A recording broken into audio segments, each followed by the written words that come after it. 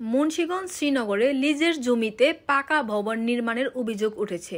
উপজেলার ভাগ্যকুল ইউনিয়নের ৬ নং ওয়ার্ডের ভাগ্যকুল গ্রামে পিলার করে একাধিক জমিতে এই পাকা স্থাপনা নির্মাণের অভিযোগ উঠে। সরেজমিনে গিয়ে দেখা যায় বেজ ঢালাই করে পিলার করে পাকা ভবন নির্মাণ করা হয়েছে। তড়িঘড়ি করে নির্মাণ শ্রমিকরা কাজ করছে। স্থানীয়রা জানায় বলহরি দাস, সিরাজ মাঝি, আব্দুর রশিদ ও সানা মাঝি সহ অনেকের বাড়িতেই ১ সোনা লিজের জায়গায় পাকা ভবন নির্মাণ করা হয়েছে। বলহরি দাসের কাছে এ বিষয়ে জানতে চাইলে তিনি বলেন, এই এলাকার অনেকেই লিজের জায়গায় এরকম পাকা স্থাপনা নির্মাণ করে বসবাস করছে।